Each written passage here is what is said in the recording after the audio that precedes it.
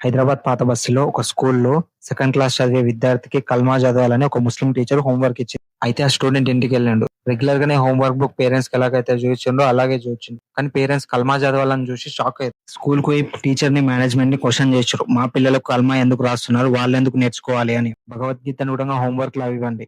మా పిల్లలతో సహా ముస్లిం పీపుల్‌లకు కూడా ఇవ్వండి అని గొడవ పెట్టుకున్నారు. స్కూల్ మేనేజ్‌మెంట్ ఏమో మాకేం తెలవదు, మాకేం సంబంధం లేదు. ఆ టీచర్ మాత్రమే అట్లా చేసిర్రని స్కూల్ మేనేజ్‌మెంట్ చెప్తుర్రు. మొన్ననే ఆటో ఎనకిల రాసినందుకు ఒక ముస్లిం వ్యక్తి మాట్లాడిండు కదా! ఇప్పుడు ఏడికేంటి ఆ ముస్లిం వ్యక్తి? ఇప్పుడు ఏడికేంటి ఆ సెక్యులర్ ముస్లిమ్స్? ఎందుకు ప్రశ్నిస్తలేరు దీన్ని? లవ్ జిహాద్ చేసిర్రు, పహల్గామ్ అటాక్ లో కల్మా చదవనీకి రాకపోతే చంపేసిర్రు. ఆఖరికి 2 ఏళ్ల పిల్లాడు అసలు కులము, మతము ఇలాంటివి ఏం తెలవని పసి పిల్లాడిని కూడా కన్వర్ట్ చేయడానికి ట్రై చేస్తుర్రు. ఆ పేరెంట్స్ క్వశ్చన్ చేసిర్రు కాబట్టి బయటికి వచ్చింది. ఇంకా బయటికి రానివి ఎన్నో ఉన్నాయి. మొన్ననే ఒక పిల్లగాడు మాలేసుకొని స్కూల్ కు వెళ్తే మాలేసుకొని రాకూడదు, ఈ పిచ్చి దండలు తీసేయాలి అని మాట్లాడే స్కూల్ మేనేజ్మెంట్. ముస్లిమ్స్ ఏమో బుర్కాలు వేసుకొని రావచ్చు, టోపీలు పెట్టుకొని రావచ్చు, కానీ హిందువులు మాత్రం మాలలు వేసుకొని రాకూడదు. ముస్లిమ్స్ ఆపితే ఏమో అనుకోవచ్చు, కానీ హిందువులే ఆపుతుండ్రు. హిందువులే అలా మాట్లాడితే ఏమనుకోవాలి? అంటే మీరు హిందువులు కాదా? ఇదే ఒక ముస్లిం స్టూడెంట్ కి హనుమాన్ చాలీసా హోంవర్క్ గా ఇస్తే ముస్లిం వాళ్ళు ఎంత మంది వస్తుండే, ఎంత పెద్ద గొడవ చేస్తుండే.